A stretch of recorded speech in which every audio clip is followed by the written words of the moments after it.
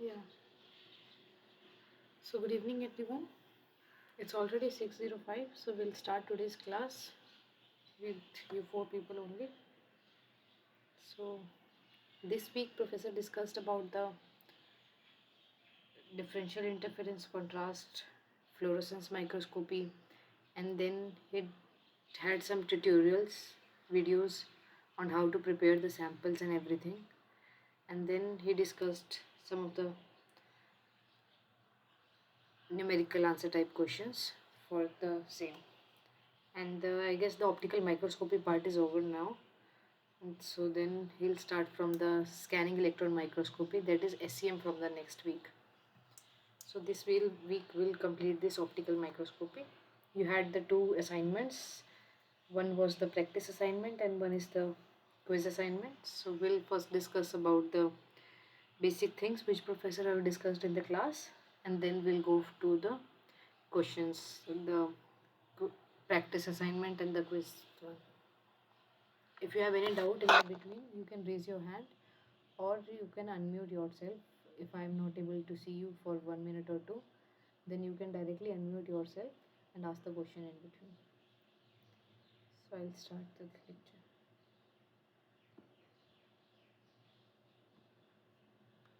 Just let me know once if you are able to see my screen of lecture 3. Anyone?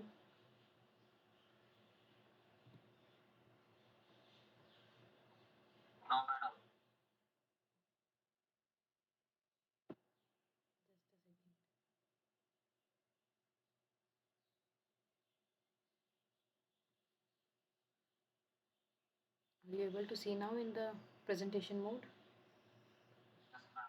Okay, thank you so much. Yeah, so today we'll start our lecture number 3 on material characterization course given by Professor S. Sankaran from IIT Madras, and here myself, Dorothy Sachdeva. I study in Indian Institute of Science. I am PhD scholar at Material Research Center. So we'll start. I'll just select the pointer, then we'll start. Yeah. So basically, he covered about the differential interference contrast, the fluorescence microscopy. I guess we discussed this fluorescence microscopy in the last lecture also, because there was one assignment question based on this fluorescence microscopy. Then he discussed about the we'll discuss about the sample preparation and then the practice assignment and the quiz for the same. So the first one is the differential interference contrast. So this differential interference contrast, DIC, is used to see the gradient in the optical path length difference. Basically the optical path length, we discussed in both the previous lectures that optical path length is basically the product of the thickness and the nu of the medium. So basically in this DIC, the optical path length difference is used to see the change in the image. It basically use the dual beam interference optics, which it converts the optical path length difference into the contrast in the image. So basically the reference beam is sheared by minuscule amount, which is less than the diameter of the array disk. Basically this DIC is used for the phase gradient. When we firstly studied about the phase contrast image, where the phase contrast, the change in the phase will directly be visible in your image. But in this differential interference contrast, there will be the derivative of the phase change, which will be visible in your image. So basically this is the phase gradient generated contrast, which is in transparent specimens to get the 3D image. It can also be used for the opaque specimen as well. Here we have firstly the light source, and then there is one polarizer, as you can see in the figure, and then they have this Nomresky prism. These two prisms are present in this differential interference contrast. So here firstly the pair of closely spaced rays from this, passing from this prism, Nomresky prism, and then from the condenser lens, falls on the specimen. Then the object having different refractive index or thickness, then they emerge. Then the emergent rays will have some optical path length difference from these, and then this optical path length difference is translated to the change in the amplitude which is visible in the image. Here the amplitude corresponds to the derivative of the optical path length, as I told you. It is not the directly the optical path length difference. So here we have two polarizers as well. This one, the polarizer and the analyzer. The polarizer we discussed in previous class also. The polarizer and analyzer basically functions same only. Firstly the light passes from the polarizer, and then the second polarizer is known as the analyzer. So, and we have the basic, the main thing in this differential interference contrast is that it has two prisms. These are known as DIC prisms, or these are also known as Wollaston prisms. And then it have the, so these prisms acts as the beam splitter which is used to split the beam. This first one is the Wollaston prism, and the second one is the also known as the modified, or we can directly say Nomresky prism. It is just basically used to split the ordinary and the extraordinary light which we discussed in the previous class. So this is basically tells you about the differential interference contrast ray wise, and this is also the same diagram only using the ray path length of the light. Then we discussed about the fluorescence microscopy. This we discussed in last class as well, that when a light source is present over here, then a white light is falls on this excitation filter. Then this excitation filter is used to filter the wavelength of the lights which falls on this, and the high wavelength light, that is the blue light in this case, falls on the specimen, passes through it, and then it get reflected using the dichromic mirror, and then it passes through the objective lens, and then it falls on the specimen. And then the, as we all, most of us already know about the fluorescence and phosphorescence processes which occur in the sample. So this, in this case, when this blue light falls on the specimen, the fluorescence process occurs, and this fluorescence process when occurs, and then the fluorescence light is passed from the objective, and it passes through the dichroic mirror, and from the it passes through the emission filter, and then it goes to the eyepiece or the detector, where you can see this fluorescence image of the specimen.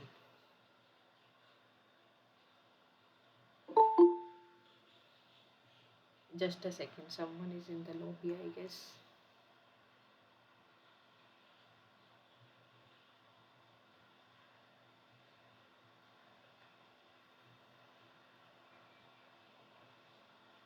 Yeah. So this is the basic idea about this differential interference contrast and the fluorescence microscopy. So with this, all the optical microscope, most of the optical microscopes are being covered. We have discussed various kind of optical microscopes, phase contrast, optical path length, everything we have discussed. And then the main thing which is very important for the microscopy is the sample preparation. If the sample preparation is done good, then only you will be able to see your features and everything in your specimen. If the sample preparation is bad and there is something wrong in the sample preparation process itself, then even if you are a very good microscopist, then there will not be any imaging for you to work on. So basically sample preparation is very important. So sample preparation of the specimen. Someone is again in the lobby. Just a second.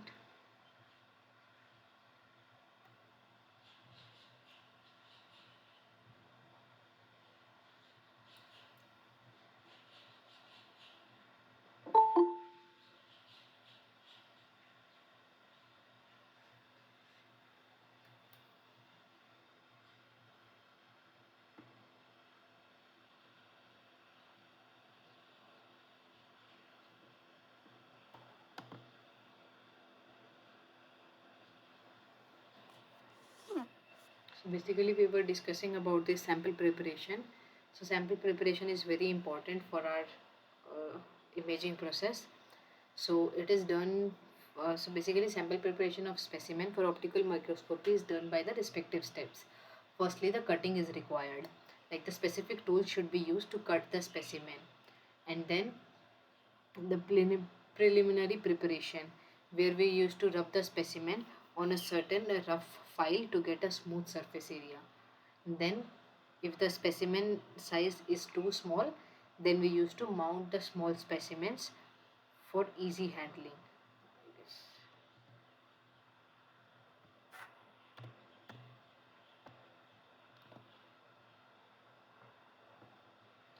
Then, after mounting the specimen, I guess professor showed you this mounting thing in the one of the classes where he mounted a small sample use, and then it was very easy to handle the sample with your hands.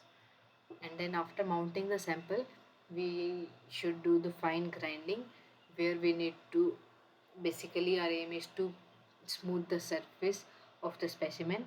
And then after this fine grinding, we should do the polishing of the specimen, where the sample should be made much smoother for the optical microscope imaging.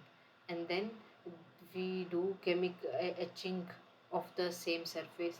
Basically, there are three kinds of etching process which takes place, which we'll discuss further in the coming slides. So is there any doubt till now, or should I proceed?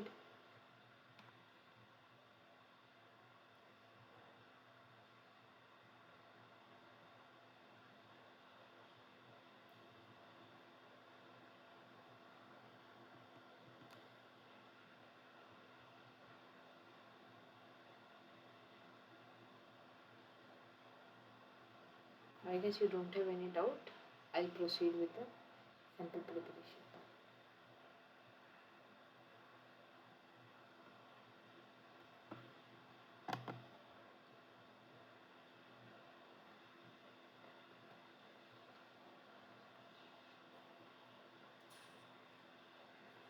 So basically, in sample preparation, first one is the cutting, where we need to cut the surface of the specimen. This cutting of the specimen should be done using the proper equipments. There are various equipments which could be used for cutting of the specimen. And the second one should be the mounting, where we can use mounting, where we can do mounting using this different machines all along. And then the next step will be the grinding, where we can do fine grinding. We basically do grinding of two opposite.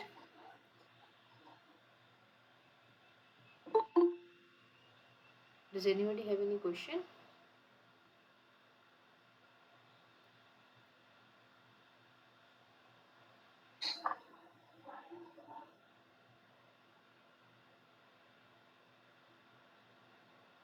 Suguna, do you have any question?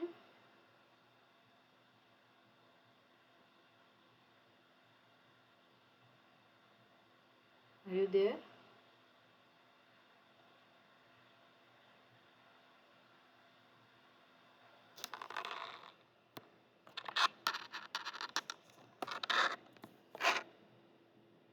she there in the class?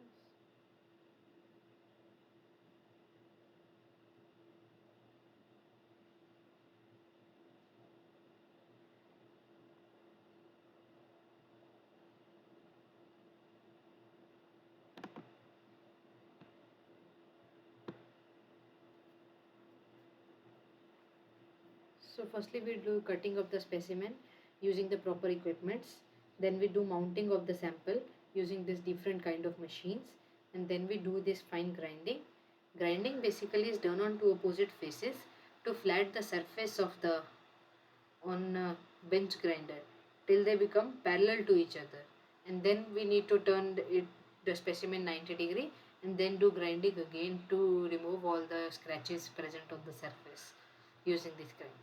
And then this polishing is done, where this rotates continuously and then you have to hold your specimen on the surface of it, and then the lubricant will be, or water will be passed through this pipe, and then while firmly holding your specimen, this requires a lot of patience and practice, and then it will continuously rotate and it will pass on the water or lubricant, and then you can have polish your specimen using this. And then these are basically the four techniques for the sample preparation. And after these cutting, mounting, grinding, and polishing, we goes towards the final step, which is the etching step. In etching, we apply the chemical reagents for etching. The chemical reagents are applied. The specimen uh, is dipped in the etching agent. This is known as the immersion method. In immersion method, someone is in the lobby.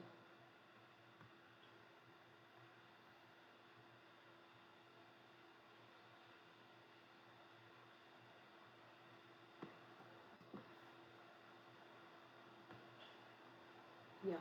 So in this etching step, basically, etching step is the uses the chemical agents for etching.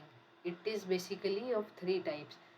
Firstly, the immersion method, where the specimen itself is dipped in the etching agent, and this immersion of the specimen into the etching agent is known as the immersion method. And second one is the rubbing cotton soaked in the etching agent. Here the rubbing cotton is itself soaked in the etching agent, and then it is applied on the specimen. So, and the third one is the electrolyte etching. So this is a third kind of etching process. So basically, with this, our sample preparation and all the optical microscopy part is done. And is there any doubt in any of the topic, then do let me know. Otherwise, we'll proceed for the practice assignments and quizzes of this week.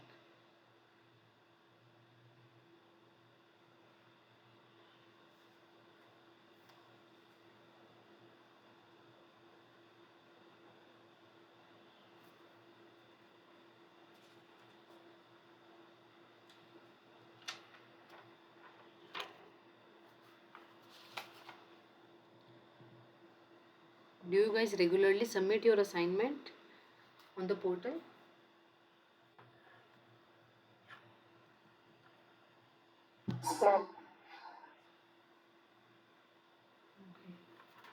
We discussed mostly the assignment question only. So if you have any doubt on any of the topic, then do let me know. Otherwise, we'll proceed for the practice questions of this week. I don't see any hand raised or any questions being asked. So I'll proceed for the questions of this week.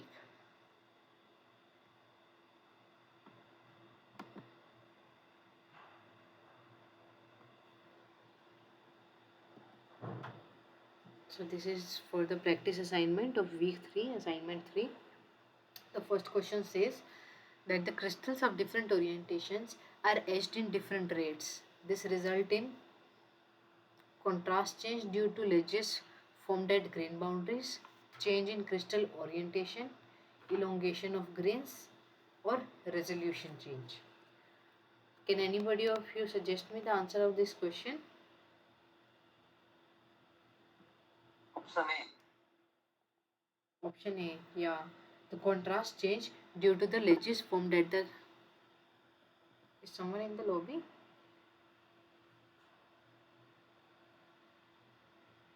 Oh, you messaged, okay.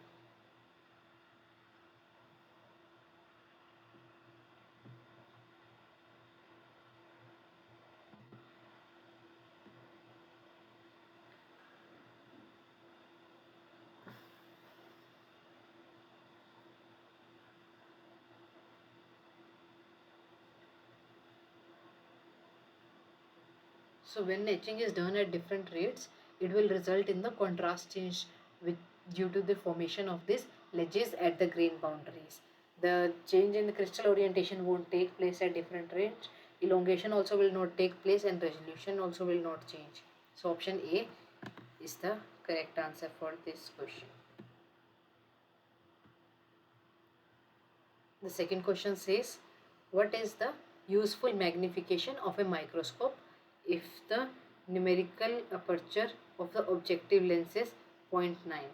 So if the numerical aperture of the objective lens is zero point 0.9, then according to these options, which says 250 to 500, 50 to 100, 450 to 900, and 300 to 700.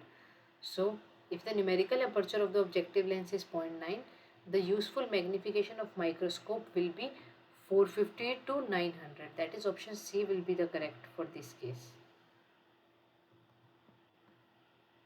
The third question says that the three main etching techniques employed in the specimen preparation for optical microscope are swab, immersion, and electrolytic.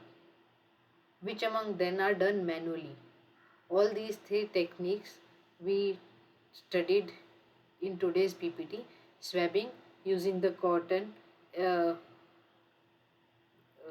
Cotton is dipped in the etching reagent and then it is applied on the specimen. The immersion is where the specimen is directly put into the sample, where the specimen is directly put in the etching agent, and the third one is the electrolytic one. So this is the reaction which takes place. So they have asked which among of them are done manually. So manually using our hands, the swab and the immersion thing are done. So basically 1 and 2 are the correct option, and using this I guess option C will be the correct answer, that is 1 and 2, that is swabbing and immersion. Electrolytic is a chemical process, but the swabbing is done using the cotton swab and the using the cotton bud, and the immersion is directly put the specimen itself into the chemical etching agent. So option C is the correct for this question. The fourth question says, in fluorescence microscopy, the dichroic mirror acts as a bandpass filter. So is this statement a true or a false? So we'll go for the fluorescence microscopy. The dichroic mirror acts as a bandpass filter. So we'll go for the, yeah. So this is the dichroic mirror. So here the light comes after this filter and then it is reflected from this dichroic mirror to the objective and then to the specimen. So the question says that the dichroic mirror acts as a band pass filter. So this statement will be a false statement. The question number 5, the final question for this practice assignment, says that in differential interference contrast DIC microscopy, the relation between the amplitude and the optical path length difference is what? Is direct, is indirect, is integral, or is a derivative? Can anybody, is anybody of you interested to answer this question? This we discussed in today's discussion. Yeah, option B, the derivative, is the correct answer for this question, because the directive, the optical path length difference and the amplitude in the image is direct in case of which microscopy?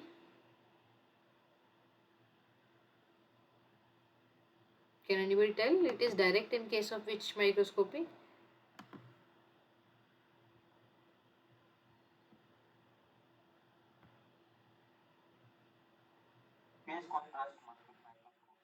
Yeah, in phase contrast microscopy, it is the direct relationship between the amplitude in the contrast difference in the image and the optical path length difference. Whereas in the differential interference contrast, the words differential itself come from the derivative. Derivative is the differential thing only. Someone is in the lobby or someone has messaged something. Let me check. Okay.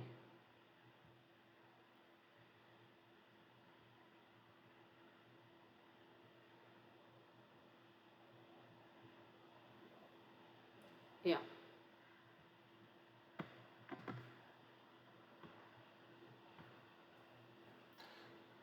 So in this differential interference contrast microscopy, the amplitude difference and the optical path length difference are derivative, are related differentially, but direct is related in the phase contrast microscopy. So I guess this Practice assignment 5 questions are clear to everyone, or you still have any doubt?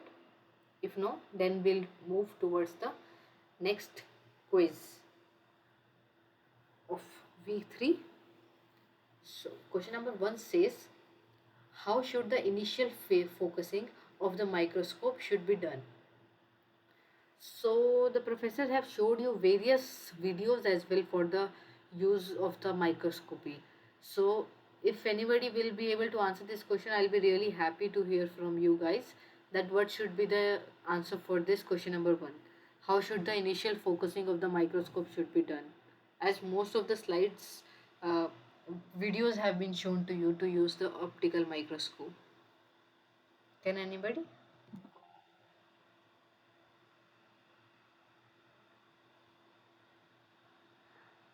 How should the initial focusing of the microscope be done?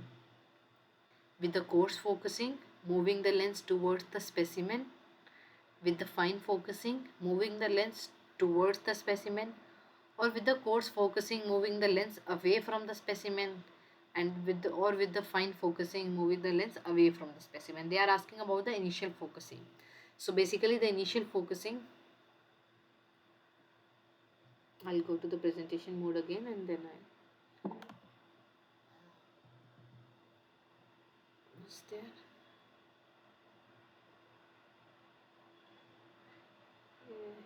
Sugna says option B. Option B says fine focusing, moving the lens towards the specimen. Do someone agree from others from the class will agree with her answer that option B is the correct answer? Where firstly we do the fine focusing and then we'll move towards the specimen. Manikandan also says the same option, option B.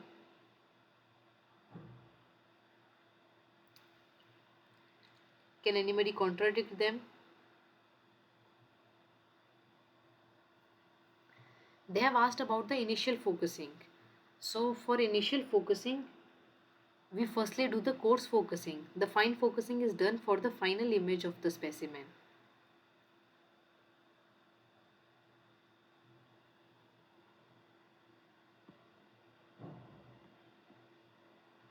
Let me go to the presentation mode.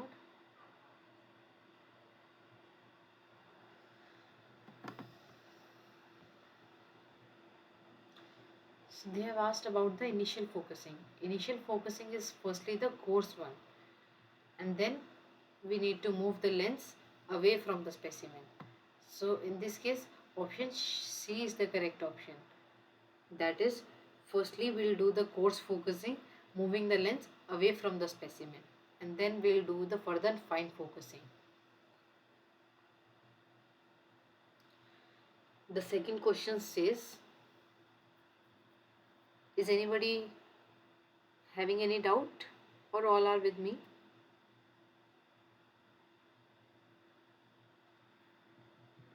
They were asked about the initial focusing.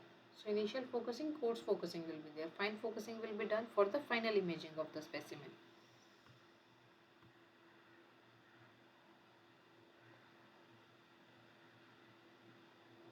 It's just your learning session, so no need to say sorry or anything. Just understand the things and then try to answer the questions. That's all. So I guess everybody is with me only. No one has asked anything in the messages or have raised the hand. So then we'll move for the next question, which is the question number 2 for the quiz, which says that the specimen preparation is important in metallurgy because the last two lectures basically were based on this sample preparation. So is it that important for the metallurgy people? Yes. So what is the reason for this? Option A says a poorly prepared specimen can damage the microscope. The microscope is not touching the specimen. Just keep this thing in mind while answering this question. This is the sample and the microscope will be at a certain distance from the specimen. The second option says a poorly prepared specimen will distract from features on the specimen. The third says only a well prepared specimen will reflect light. Okay. And the fourth option says a poorly prepared specimen will corrode and the resulting image will be misleading. Can anybody try to answer this question? Who is this?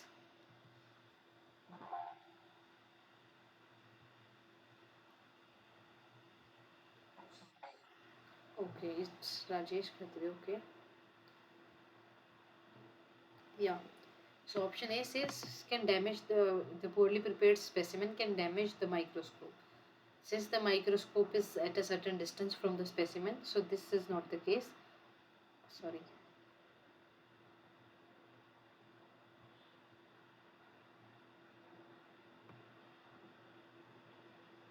Second option says a poorly prepared specimen will distract from features of the specimen.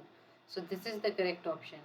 Like if the sample preparation is not done properly, then you will have the scratches on the specimen itself, and then you will consider them as the property of your sample, and then you can be distracted from the actual features of the specimen.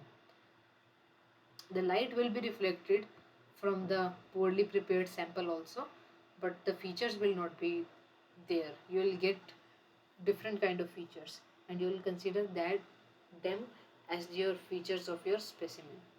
And the option fourth is also incorrect, which says that a poorly prepared specimen will corrode and the resulting image will be misleading. So we'll move to the question 3, which says the red tint plate, which is also known as the full wave sensitive tint plate.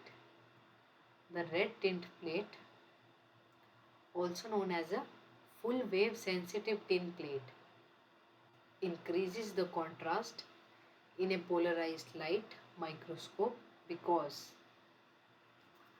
so basically this red tint plate is used to find the optical path length difference, which we say as OPL.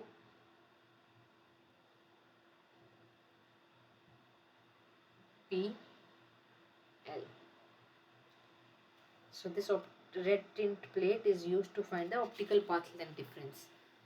So basically it is used to determine the optical sign, which is a positive or negative of the birefringent specimen in the polarized light microscopes. We discussed about this polarized light microscopes in the last class. This basically tells about the optical path length difference, and it is also used, this red tint plate is also used for the enhancement of the contrast in the image. Like in the weakly birefringent specimens, if there are weakly which reflect the just so if the contrast is very weak in the birefringent specimen, then this red tint plate is used, then it will enhance the contrast in the specimen, in that specimen, and then you will be able to see that features in the specimen much more clearly. So now we know that what is the red tint plate. So the red tint plate, also known as the full wave sensitive tint plate, increases the contrast in a polarized light microscope. So this increases the contrast in the polarized light microscope when the contrast difference is very less in the specimen. So this is used because of what reason? Option A says our eye are more sensitive to red light, so it is easier to see the light and dark areas when there is a red tint plate. Option B says that the red tint plate only lets a small window of wavelength through and so increases the birefringence. Option C says that the red tint plate displaces the ordinary and the extraordinary beams by an extra wavelength so that the small differences in the birefringence causes large difference in the color change. And option 4 says that the red tint plate increases the difference in birefringence in the material so that the different grain directions causes a greater difference in the color than in just the polarized light. So, according to you, what should be the answer of this question? Can anybody guess the I think option D is correct. option D, you say? Anybody else with any other option? Or all agree with Rajesh?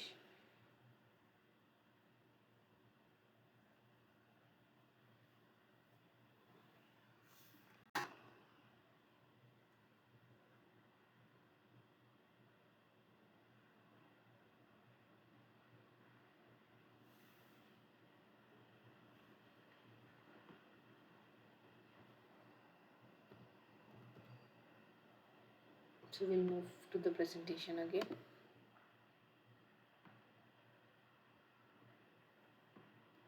So this red tint plate is basically used when the contrast is very less in the image, so in the specimen. So to have a major contrast in the image, we use this red tint plate.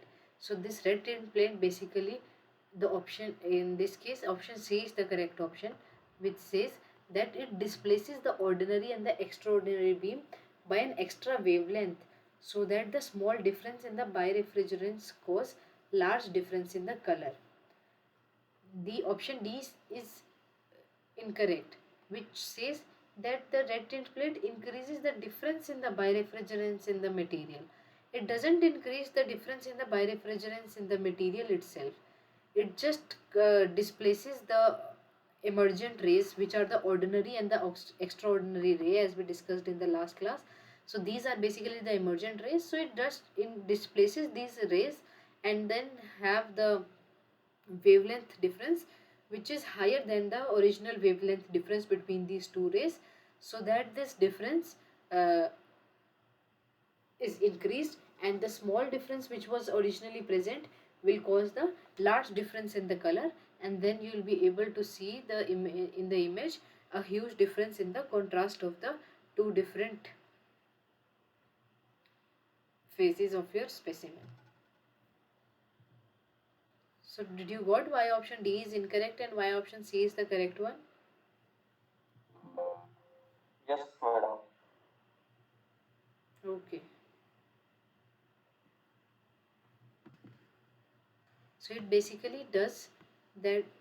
So basically what this red tint plate does is that it displaces the emergent rays, which are the ordinary and the extraordinary rays, by the some extra wavelength, so that the difference between the two wavelength is being increased, which is directly visible in the image of the specimen, so that you can have a clear picture of your specimen.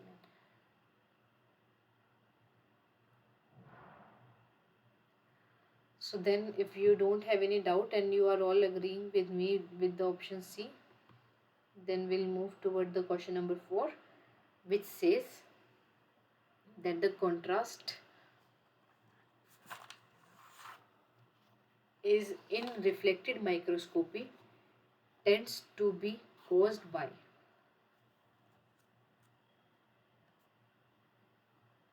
So this contrast in reflected microscopy tend to be caused by option A, variations in topography and difference in reflectivity of areas. Option B says only the difference in the reflectivity of the areas. Option B C says only topography of the specimen. So, and option D says the variation in the thickness of the specimen. So basically in the reflected microscopy, the contrast occurs because of what reason? So this is the basic question. So can anybody suggest me the answer of this question? Can anybody try?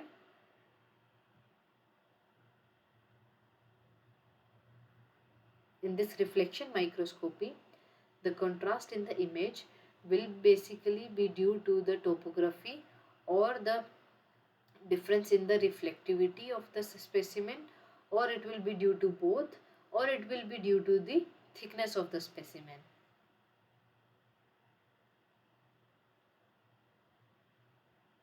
Is anybody willing to try the answer of this question? I think, madam, variation in the topography differences in the relative productivity of the area. So both the So, things you are saying, because by changing the topography, and also by changing the, uh, yeah, you are correct. And someone has mentioned, I guess, in the message chat. Yes, Suvina says option D, which is the variation in thickness of the specimen.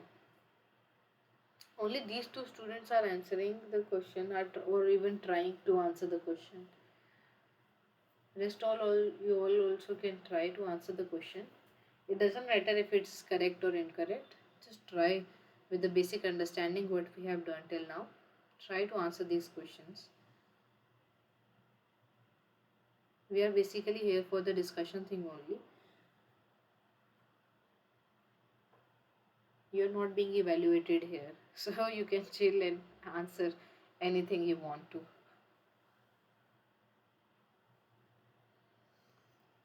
Okay. So we'll move to the presentation mode again.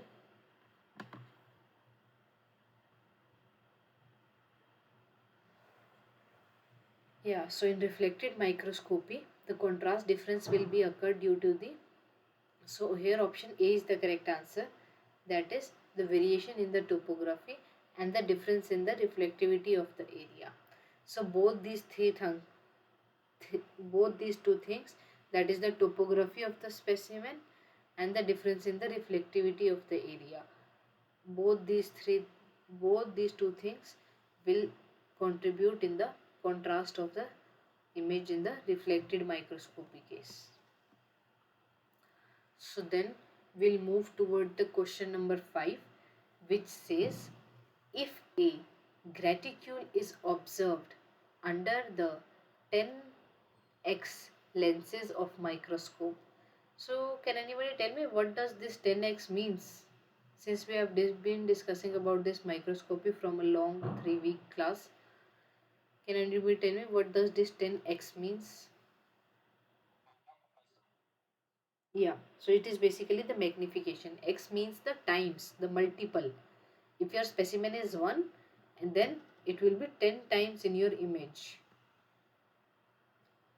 So basically the question says, if a graticule is observed under the 10x lens of microscope so that the diameter of the field of view is from 150 micrometer to 450 micrometer on the graticule. What is the width of one lamella when it takes 15 lamella to fill the field of view when viewed under the 50x lens? So basically the field of view, so this is a numerical answer question. So this have various information. We'll first write down all the information and then we'll move. So basically the field of, for field of view I'll write this F O V for easiness. So the field of view in 10x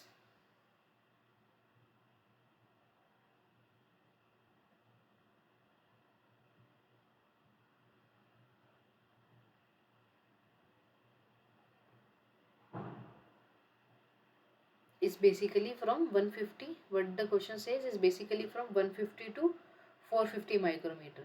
So if we need to have a certain value, so it will basically be the difference of 450 to 150 micrometer, and it will be what, the difference between 450 and 150 is, yeah, so the field of view is basically in this 10x microscopy will be 300 micrometer,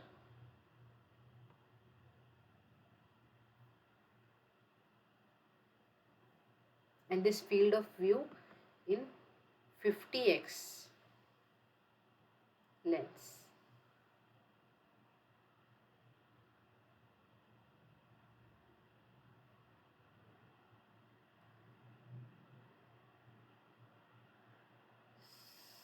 So Can anybody tell how will we calculate this field of view in this 50x microscope using this? Then when that we have used this 10x lens, the field of view is 300 micrometer.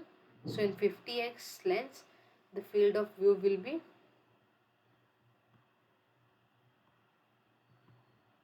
so if we are increasing the magnification, the field of view will decrease.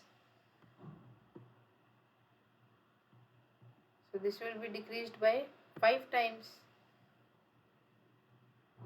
right?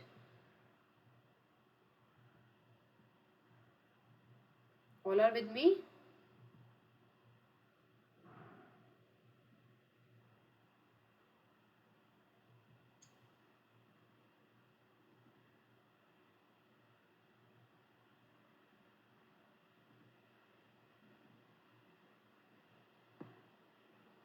Does anybody have any doubt in this? The field of view of 10x is given as 300 micrometer.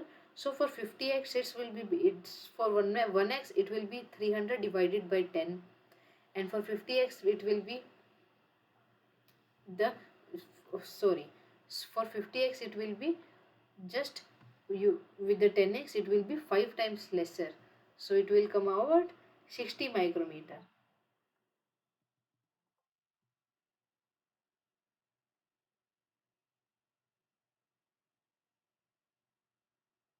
Yes, Ravi Kumar,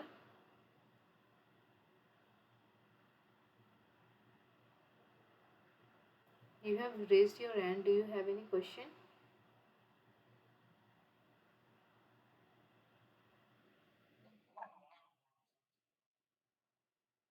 Can you please lower down your hand if you don't have any question?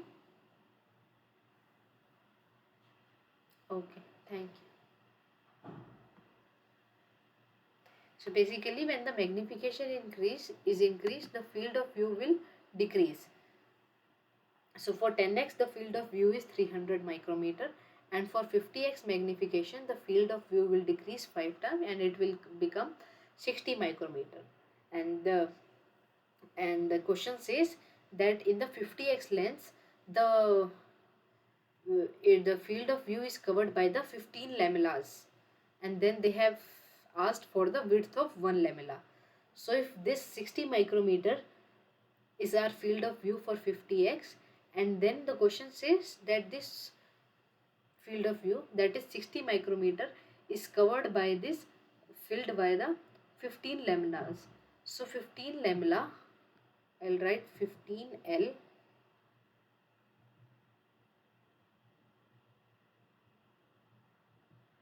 corresponds to,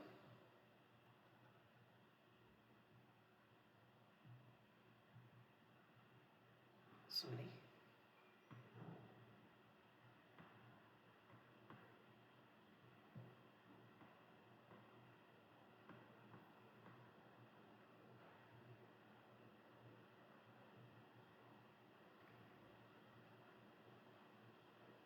so the width of these 15 lamelles corresponds to 60 micrometer, and they have asked about the width of one lamella. So for one lamella, what we'll basically do, we'll just divide.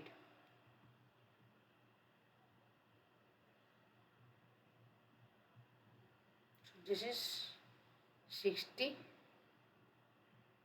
divided by 15.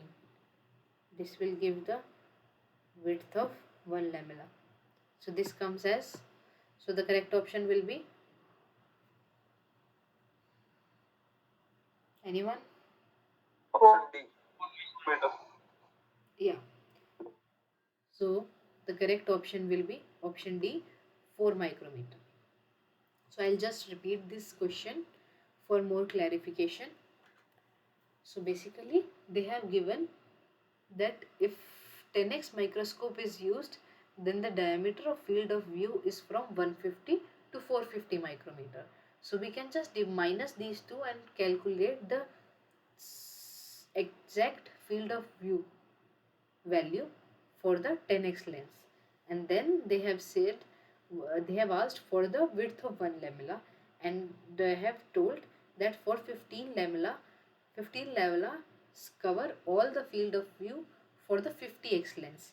So for the 10x, firstly we know that for 10x the field of view is 300 micrometer, and then for 50x, that is we have increased the magnification, then the field of view will decrease. So it will come 5 times. So then we get the field of view for 50x lens as 60 micrometer, and this 60 micrometer field of view is completely filled by the 15 lamellas. So this 15 lamellas correspond to 60 micrometer, and then the width of the one lamella can be easily calculated just by dividing this 16 micrometer field of view by 15 lamellas, and then it will give 4 micrometer as the width of one lamella. Is this question clear to all?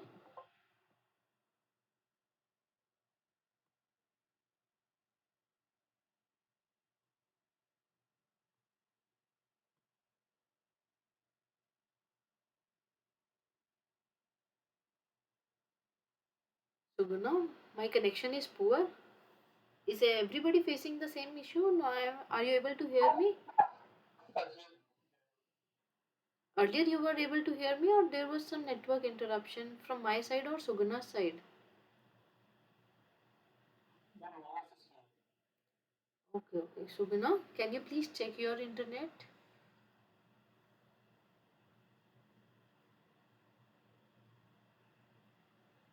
Suguna, are you able to hear me now?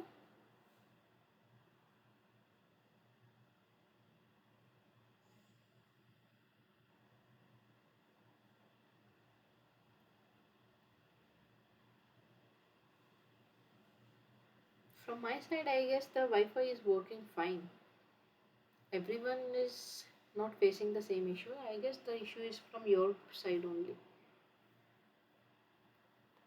So please check it. If there is any issue, then you can log out and log in again.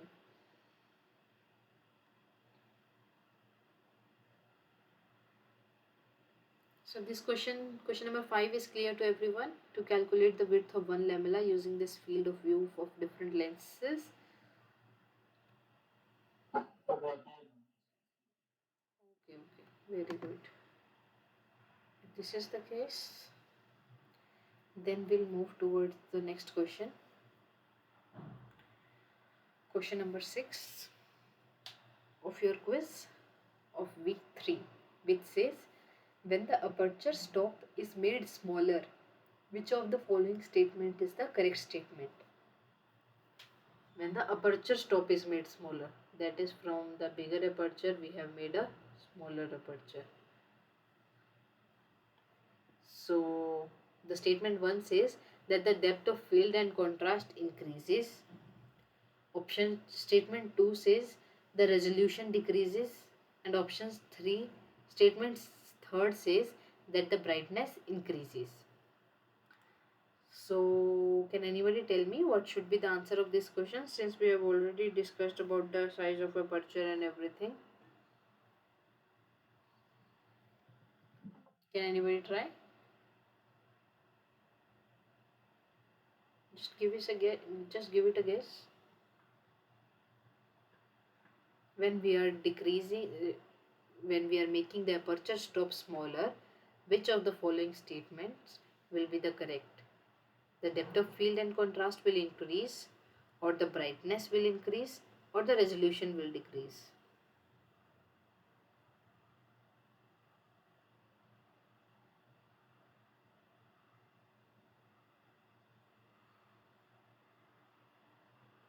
Can anybody try?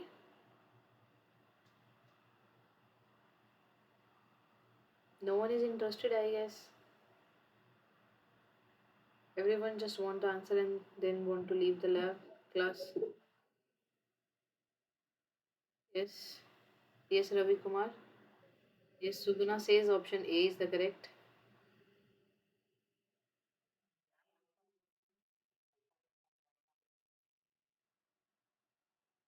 And what about resolution and brightness?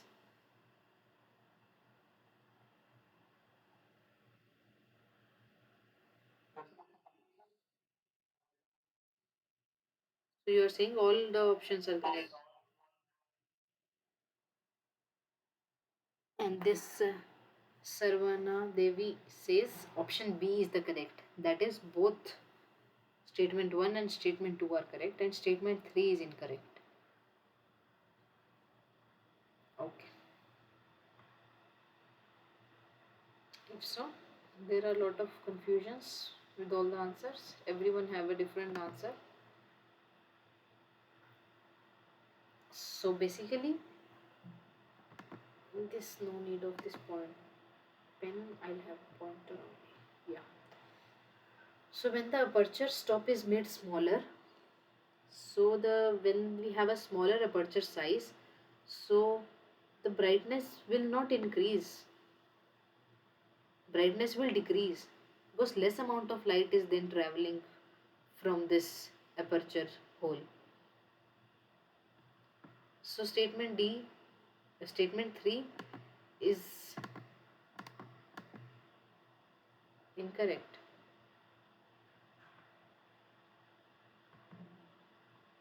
because as we decrease the aperture, the less amount of light will go through it.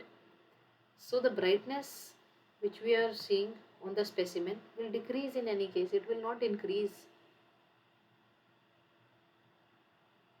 So as the aperture size is decreased, we have less brightness, we have less light which is passing through this aperture, and we have the less resolution. And the depth of field and contrast, these both things increases if we have a smaller aperture. So in this case, both statement 1 and statement 2 are the correct one, whereas statement 3 is the incorrect one. So here option B is the correct answer. That is statement 1, which says that the depth of field and contrast will increase when the aperture stop is made smaller, and the resolution will decrease when the aperture stop is made smaller.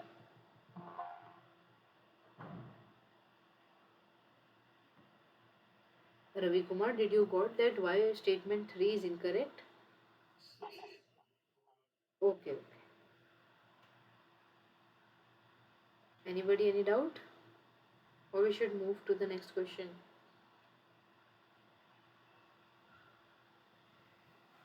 It's good now that you are trying to answer the questions. Okay then, if you don't have any doubt, we'll move to the next question.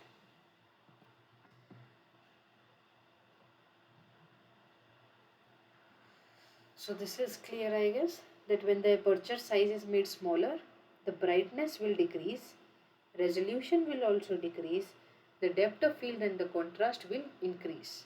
So in this case, statement 1 and 2 are correct. So option B is the correct answer for the sixth question. So the seventh question says, when increasing the magnification on the microscope, which of the following occurs? So basically we are increasing the magnification. So just keep this thing in mind. What all things happen when the magnification is being increased? In the previous question we saw that when the magnification is increased from 10x to 50x, the field of view will decrease.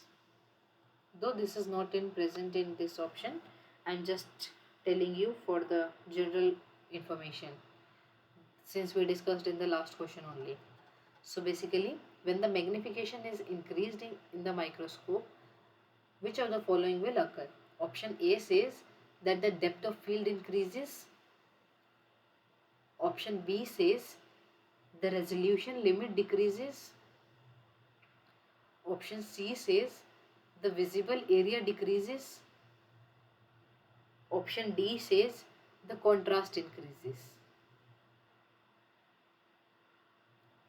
Depth of field. Depth of field, I guess you all know, is used for which thing? The object or the image?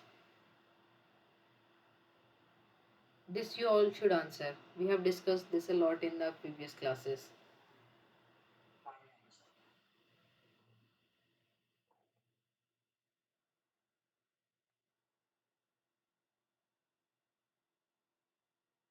Can anybody tell me the answer of this question? Can anybody try?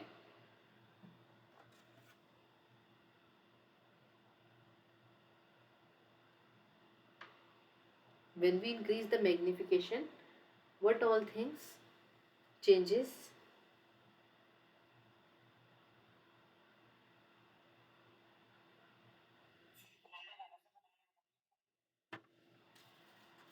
Okay.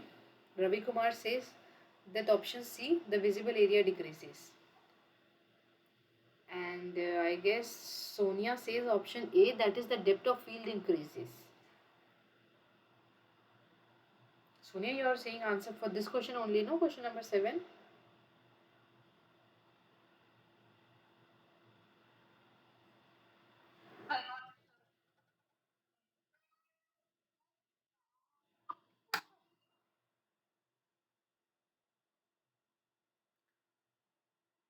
Anybody else? We got two answers, option A and option B. Suguna says option D, that is the contrast increases if the magnification is increased in the microscope. Okay. Suguna, can you unmute yourself and tell why you have thought of this option to be the correct one?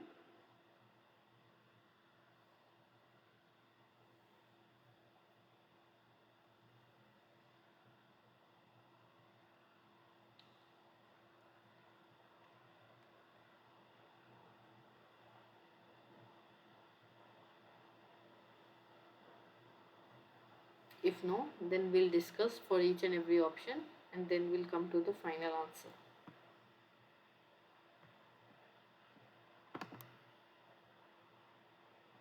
Yeah.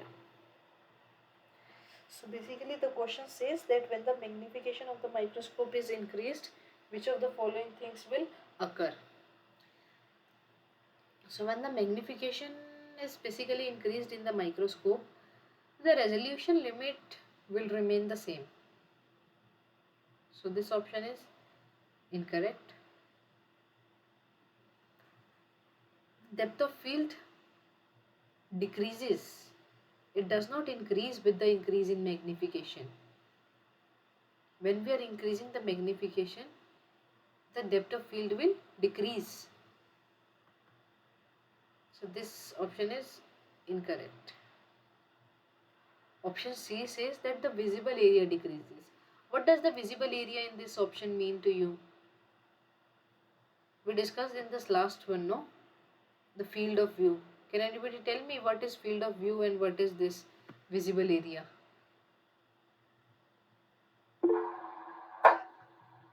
The specimen which you are able to look in the microscope, Mm-hmm. that may be the in that which particular thing you want to look into. That may be the visible area.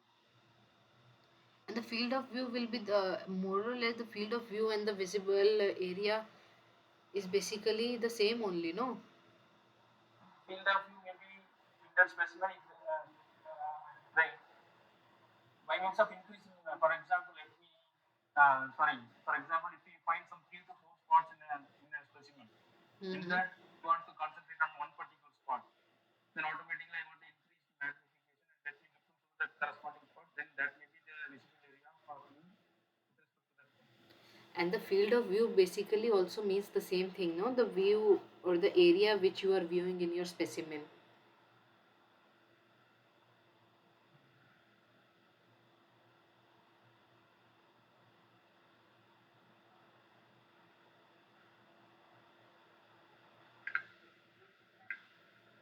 Okay. You can mute yourself. We'll discuss this question again.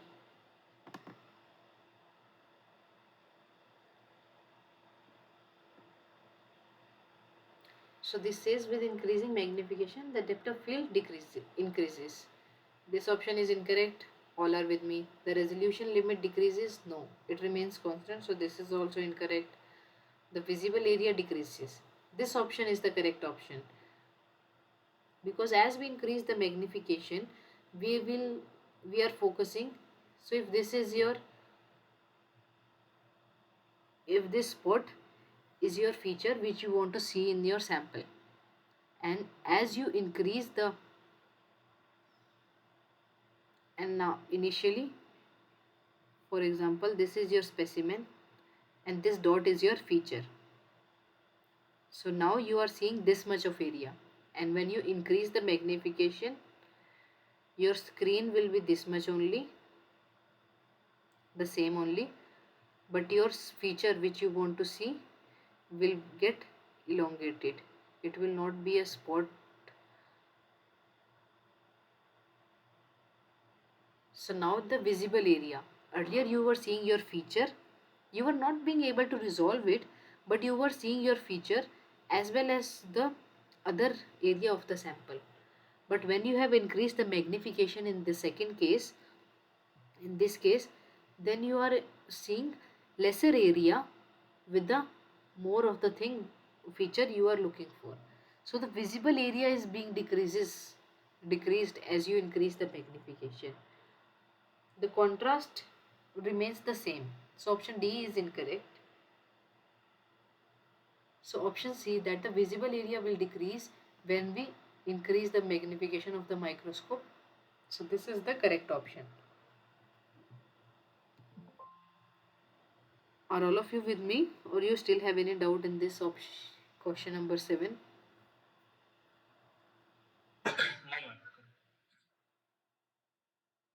No is for any doubt or for No, this is what I tried to say actually. okay, okay,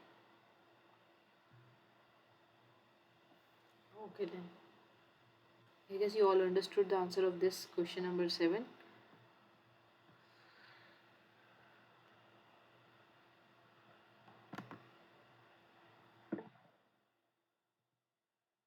Any comment? Okay.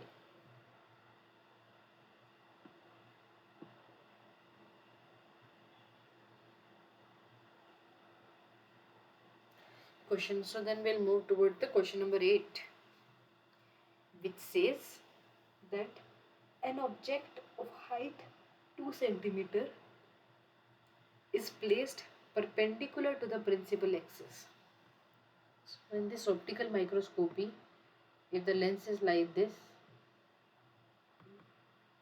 is your optic axis. This should be a straight line. Sorry for this rough drawing because I am drawing from the laptop only.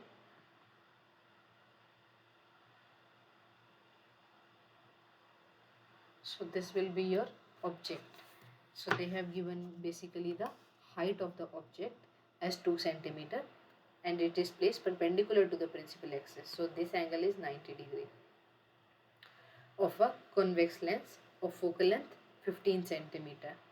Find the size of the image if the object is, is at a distance of 12 centimeter from the lens. So I'll just erase all this and then I'll, yeah. So basically the height of the object, this h1 is given as 2 centimeter.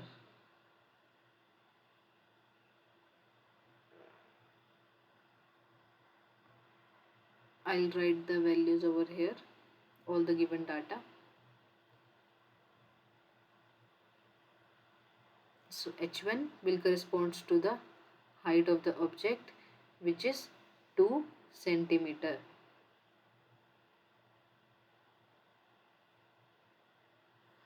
And the object distance is given as 12 centimeter. Object distance is basically u. U basically signifies the distance of object from the lens. It is given as 12 centimeter.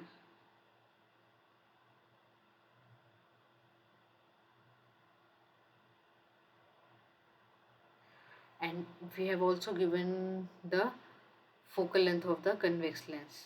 This focal length, which basically is given by the small f. Small f gives the focal length of the lens, which is 15 centimeter according to the question.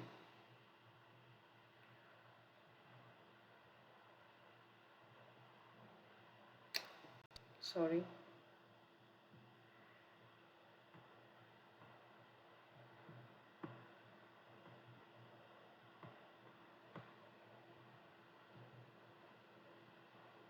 So these are all the given values. This is h. So basically we need to find the height of the image, that is h2 we can say.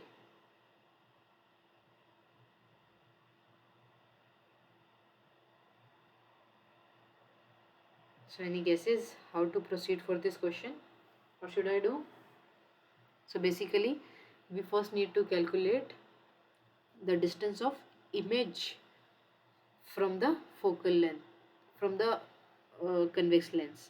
So there is one formula for the lenses which tells the relationship between the focal length of the lens, distance of the object and distance of the image, which says that 1 by f is equal to,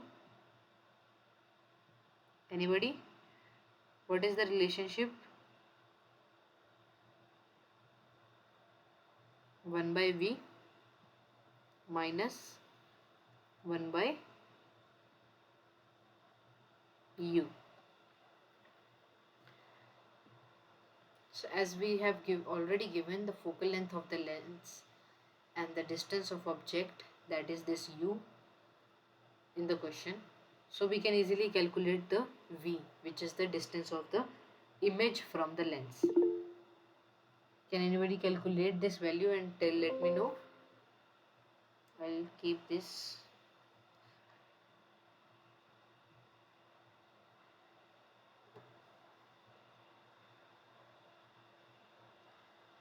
Abhishek Sahu says V is 60 centimeter. Everybody else also got the same answer, or you have got some different answer? Please try to calculate. This is a very small and simple question where we need to firstly we will calculate the distance of image from the object from the convex lens using this lens formula, which is 1 by f is equal to 1 by v plus 1 by minus 1 by u.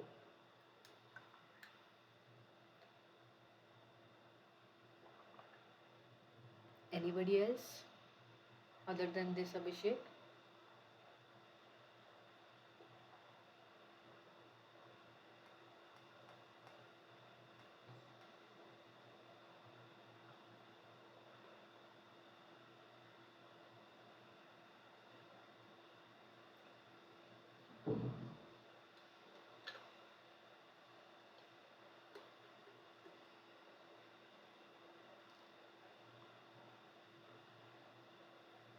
It's just a simple calculation. Where are everybody else?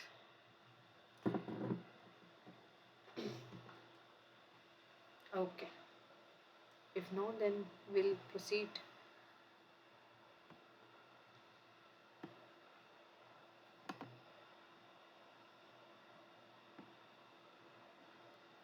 I'll write it here, then I'll erase it. I guess I don't have enough space.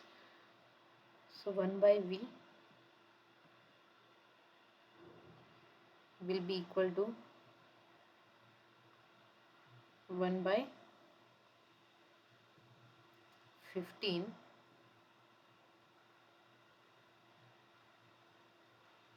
minus 1 by 12.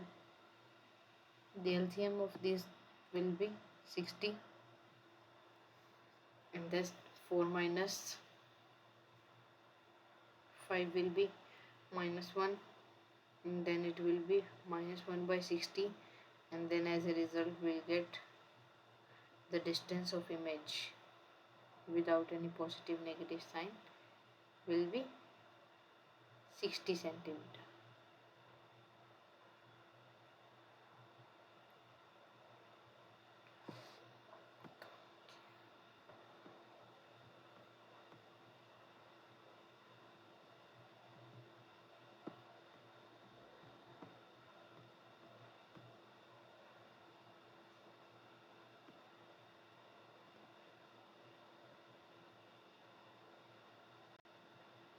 All are with me? The distance of image from the lens will be 60 centimeter. If so, I'll erase the above one to write.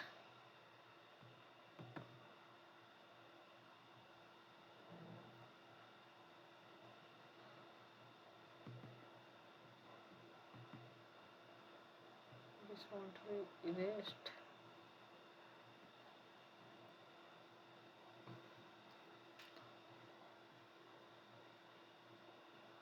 So we got this distance of image from the lens as 60 centimeter, and we all know that magnification m is given by, magnification is basically how much the image is size is increased from the object relative to the object. So it's basically the ratio of v by u. So since we all know v, that is the image distance, and u the object distance, we can calculate the magnification using this formula, which will come out to be 60 divided by u. U is 12.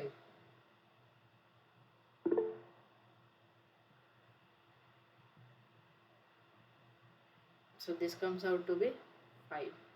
So the image is 5 times magnified as compared to the object. So m is 5, and we know, uh, then we need to calculate the height of image. We know the height of object h1 is 2 centimeter, and we need to calculate the height of image. If the magnification is 5 times, then the height of image, which can be given by h2, will just be magnification is basically the times only, multiple, how many time it have been increased, times is basically the multiplication. So the height of image will basically be the magnification times the height of object. Since we know, now we know the magnification is 5 and the height of object was initially be given as 2 centimeter. So magnification is 5 into height is 2 centimeter.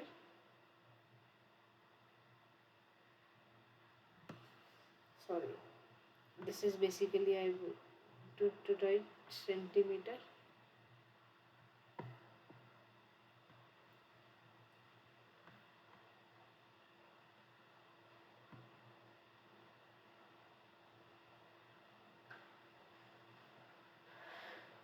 All are with me? Someone have messaged.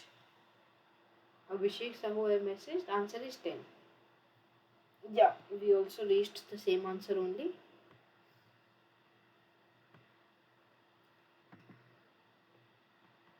Yeah.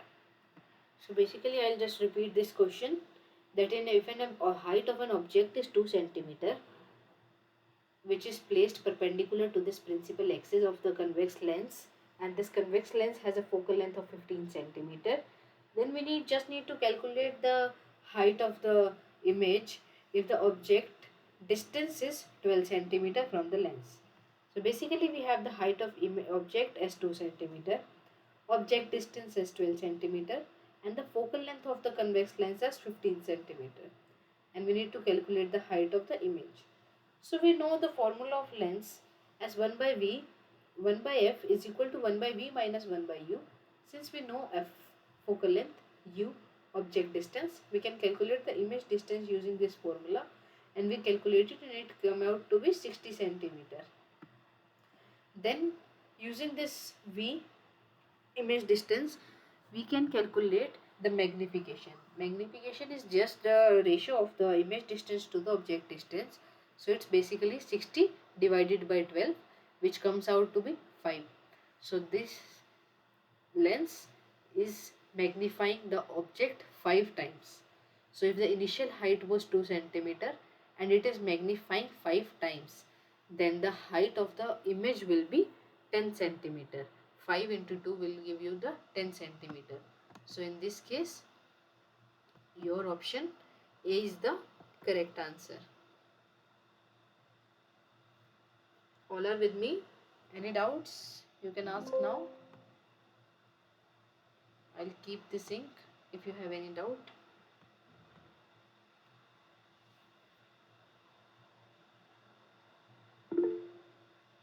Okay, Sugana. I think you got the basic thing. Ma'am, they are asking height, size of the image, isn't it? The answer is 60. Huh? I think they are asking find the size of the image. I Size. think answer is 60. Okay. They are asking about the size of the image. The size of the image and the distance of the images are different things. But the size of the image will corresponding the height. The distance is from the lens. You understood? This u and v are basically the distance of the object and the distance of the image from the lens. I'll just write it down in the PPT itself and let me make it clear. I'll just add a new slide. I'll write it over here. You're able to see the screen now? Okay.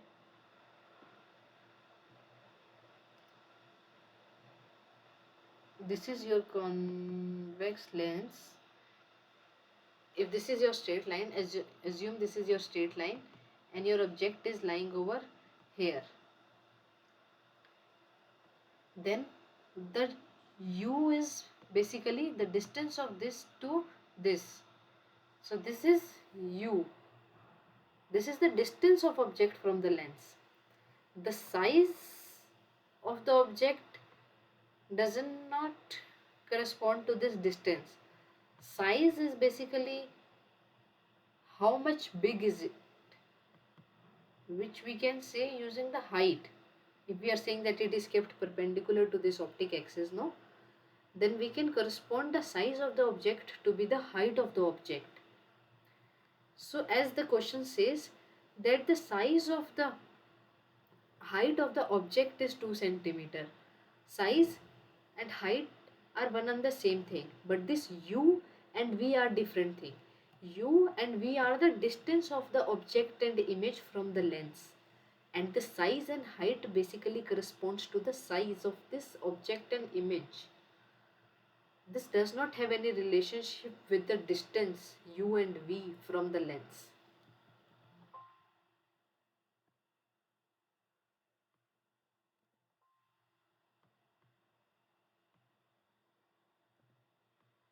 Are you still in doubt or are you with me? Who asked that? Did you got it? Okay. So the difference, so there is a big difference between this image distance and image size. Image distance is just basically the physical distance from the lens, and the size is basically how big it is. So just understand these basic terms and then you will not face any issue with these kinds of questions.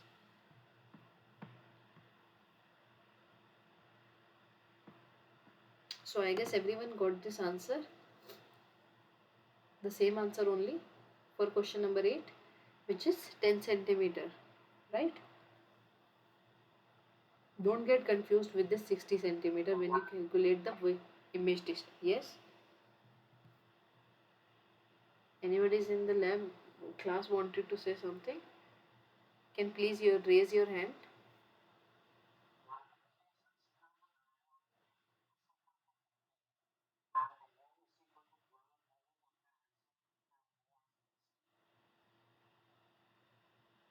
Can you please repeat your question? Your voice was cracking. I was not able to hear you.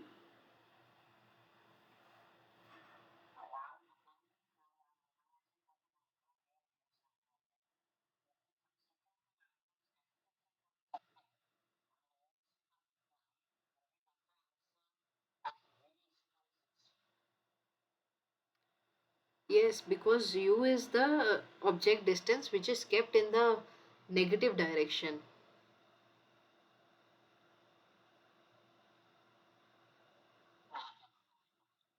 Okay. Okay. Any other? Okay, okay. Thank you. Any other doubt? If no, then we'll move to the next question.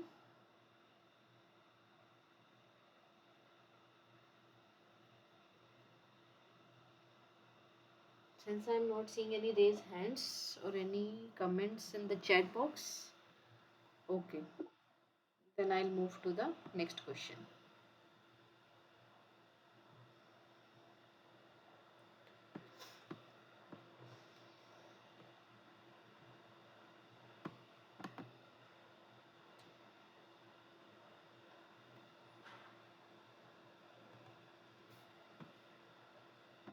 I'll select the pointer. Okay. So question number 9 of this quiz says, which part of the microscope is used to support the slide containing the specimen? So basically the specimen, it's kept on the microscope, and they are asking which thing is used to support the specimen. Someone have any comment?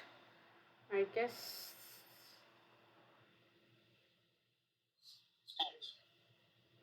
Oh, okay, you are telling about the answer. Sugana also is telling the option D, stage, as the correct answer.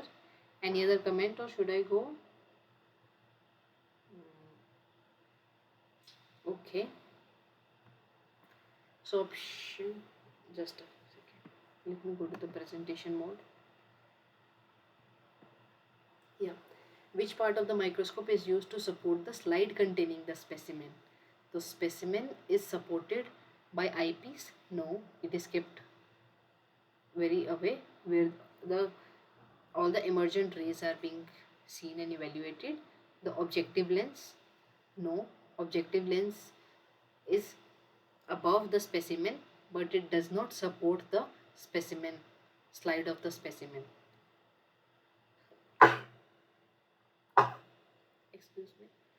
Sorry. Option C says condenser. Condenser is kept below the specimen, so it does not support the specimen. And option D says the stage.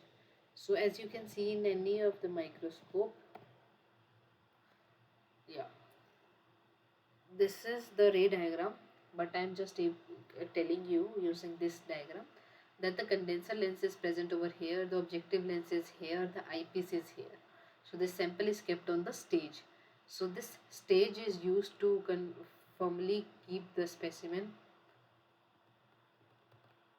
So in this question option D will be the correct answer. Using that ray diagram also we can see that the stage will support the slide which contains the specimen. And the last question for this quiz says that the comet tail effect is noticed after which stage of sample preparation, specimen preparation. So this comet tail effect is basically when we do some polishing kind of thing which is done for a very longer duration of time. So this, when the polishing is done for a longer duration, then it causes the roughness, and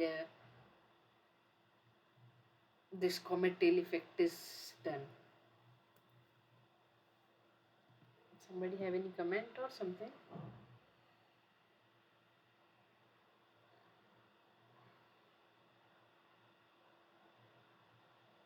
Okay, Sugana says option C. Abhishek Sahu says etching.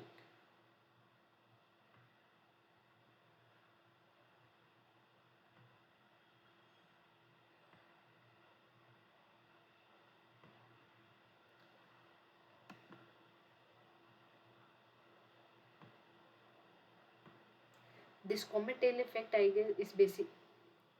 This comet tail effect is basically observed after this polishing thing. When we do polishing of the specimen, this option B, this note is etching. After etching,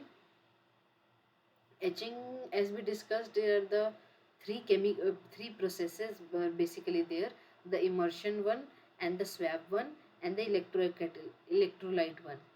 So that will not create the comet tail effect. The comet tail effect will be done after the polishing, where you are, like in this case, yeah, in this case, when you do the polishing only, no, for a very longer duration of time, that will cause the roughness, that will cause this comet tail effect. Everything will be, these effects will be present after this polishing. And to remove that, we do this etching thing to remove all the defects and everything which are not the specimen property, that is due to the sample preparation technique. So the answer for this question, the comet tail effect is noticed after which stage of specimen preparation? So that is the cloth polishing. After etching, you won't see, Abhishek. After etching, your specimen will be much more clearer. It will be very shiny, dark in shade, and then you can do directly the imaging after the etching of the specimen. Did you got why this option B is correct? Okay. Any other comments? Any other doubts?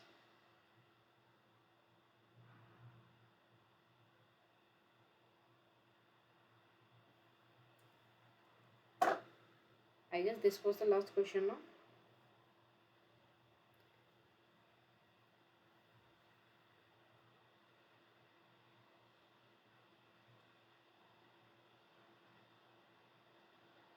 So basically our optical microscopy part is being completed from this week, and from the next week we'll learn about the scanning electron microscopes, that is SCM. And for that, many of the things will be new to, I guess, most of you. The sample preparation techniques and all the parts of the SCM, all will be very different from this. The basic idea is same only, but there will be very fine things which you can see in the SCM, which you are not being able to see in these optical microscopes. So from next week, I guess professor will teach you about this scanning electron microscopy. So this optical microscopy part is clear. If you have any doubt in this optical microscopy, then do let me know. I guess this assignment of this week is completed. We have completed question number 10. Yeah.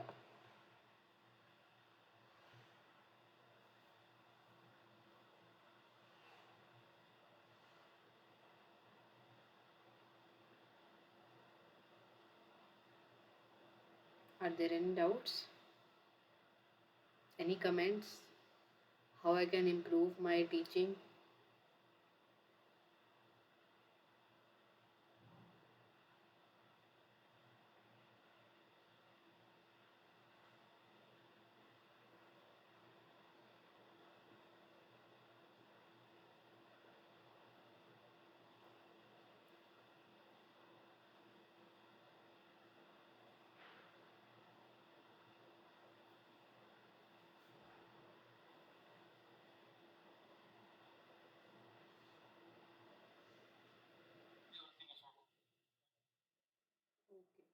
If everything is good and you understood and you don't have any doubt, then thank you all for joining this class.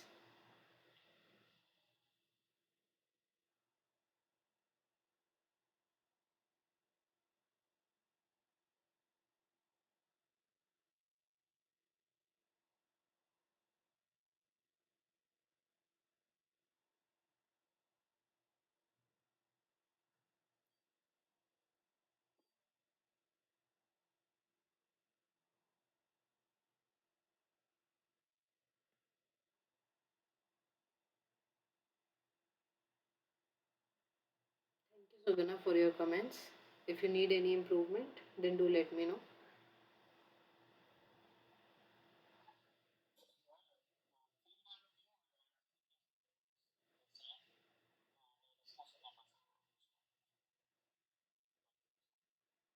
Which one?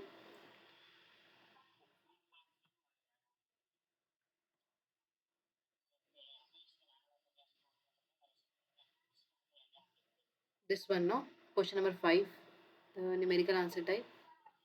You are able to see my presentation?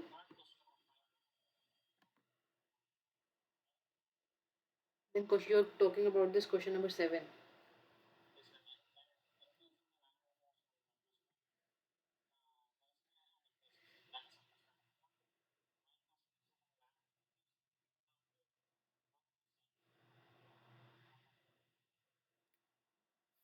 Magnification and field of view. Okay.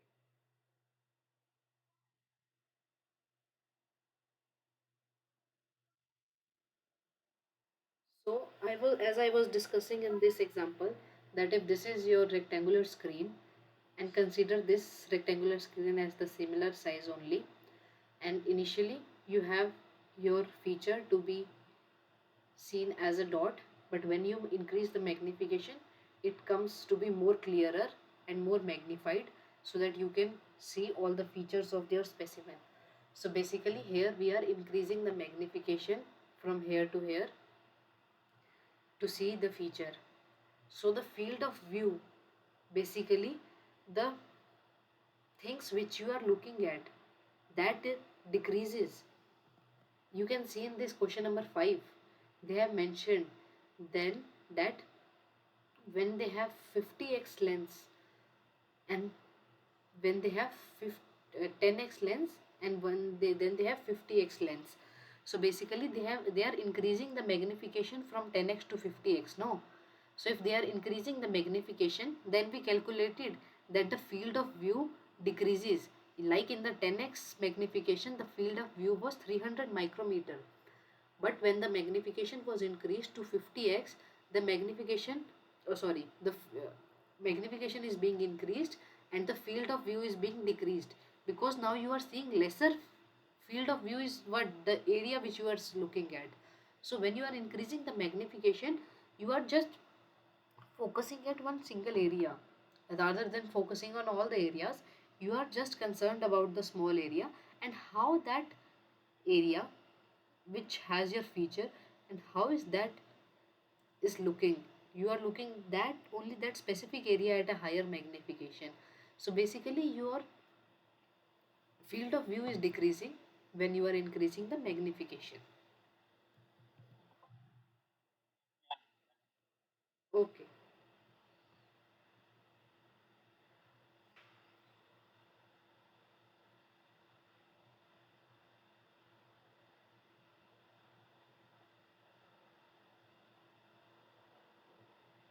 Any other doubt? Any other query?